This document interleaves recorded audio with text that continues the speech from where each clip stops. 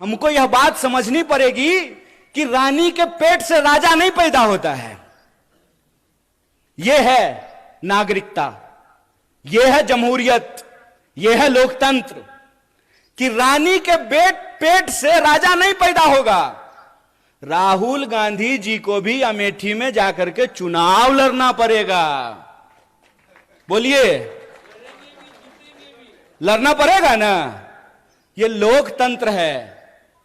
एक बात बताइए, इंदिरा जी चुनाव नहीं लड़ी थी? लड़ी थी ना? राजीव जी चुनाव नहीं लड़े थे? लड़े थे ना? राहुल जी चुनाव लड़ रहे हैं ना? राहुल जी चुनाव जीत करके पार्लियामेंट में है ना? और प्रियंका जी चुनाव नहीं लड़ी हैं तो पार्लियामेंट में है क्या? तो यह परिवारवाद की नई कहानी हमको सुना रही है। तो आप सब अपने मन में विचार कीजिए। आजाद होने का मतलब है आजाद ख्याल से प्रश्न करना। मैं मंच पे खड़ा हूं तो मैं जो भी बोलूंगा उसको आप यूं ही सच मत मान लीजिए। आप अपने मन में विचार कीजिए कि अगर भाजपा कहती है कि राहुल गांधी जी का सांसद बनना परिवारवाद है, तो अमित शाह का जो बेटा है, देखें उसका मुंह देखें अजय शाह का, है?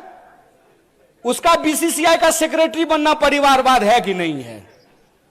और ज्योतिरादित्य सिंधिया जब यूपीए में मंत्री थे, उनके पिताजी भी मंत्री थे, माधवराव सिंधिया।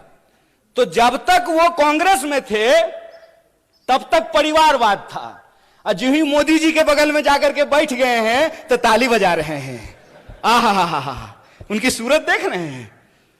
इतना मूर्ख हैं हम लोग, इतना मूर्ख बनाएंगे ये हमको कि हमारी पार्टी में परिवारवाद है। जो ही आप आरएसएस में शामिल हो जाइएगा तो वो संघ परिवारवाद हो जाता है।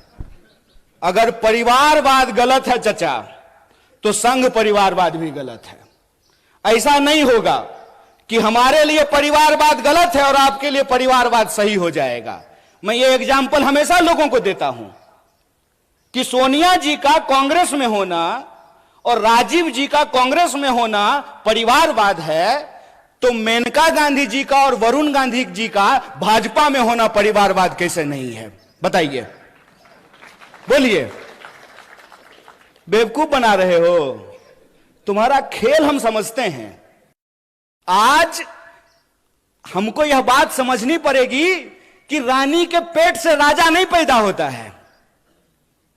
यह है नागरिकता, यह है जमहूरियत, यह है लोकतंत्र कि रानी के पेट से राजा नहीं पैदा होगा। राहुल गांधी जी को